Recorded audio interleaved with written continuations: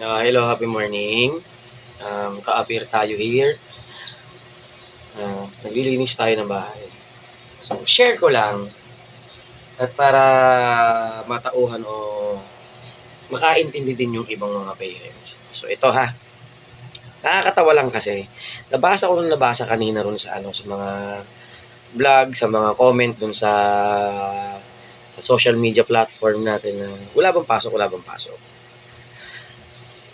Ang atin po kasi, matuto po tayo mag-antay ng announcement. It's either kung late na yan i-announce o hindi.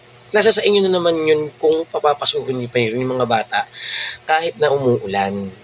Pero kung magtatanong po kayo kung may pasok o wala, mag-antay po kayo ng announcement. Tsaka po pong ura-urada na bakit yung ibang municipality o ibang city dito around us, nag-cancel na, bakit itong Maynila, hindi pa. So, magkakaiba po kasi tayo ng sitwasyon, bawat municipality ng lugar natin. Magkakaiba po ng sitwasyon. Andyan yung flood prone area, yung area ng iba, kaya bakit sila maaga nagka-cancel ng pasok. Hindi kagaya dito sa Manila, dito sa Quezon City, hindi naman binabaha ng ganong kagrabe pagka hindi ganong kalakas yung ulan. Hindi kagaya ng mga Malabon, Valenzuela.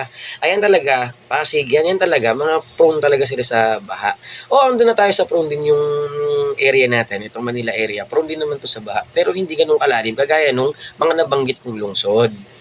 Kasi may nakita kasi doon galit na galit yung parent dun sa comment na ano ba naman yan, bakit yung iba nag-a-announce pa? Kung nag-a-announce na, bakit ang City of Manila hindi pa? Eto naman yung sa akin.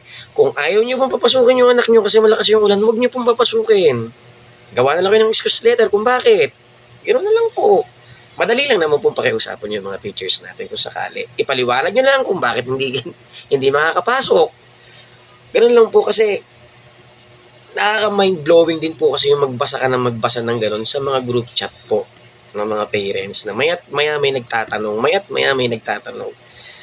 Antayin lang po tayo ng announcement palagi. Hindi po yung laging ura-urada tayo na gagaya tayo sa ibang municipality na sila nag-cancel na. Bakit yung Manila hindi pa? Bakit yung probinsya nag-cancel na? Bakit ang Manila hindi pa? Magkakaiba po kasi tayo ng sitwasyon bawat municipality. So sana po maunawaan niyo po. At wag po kayo magagalit at magbo-voice out dun sa mga social media platform regarding about na late yung mga sinasabi about sa pag-cancel ng pasok. Nakadepende po kasi yan. So sana po naunawaan po ha. Mahirap po kasi laging paulit-ulit tapos bigla na lang nagagalit na wala naman dahilan.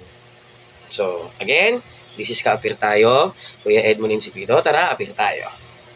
Palamigin lang palagi ang ulo.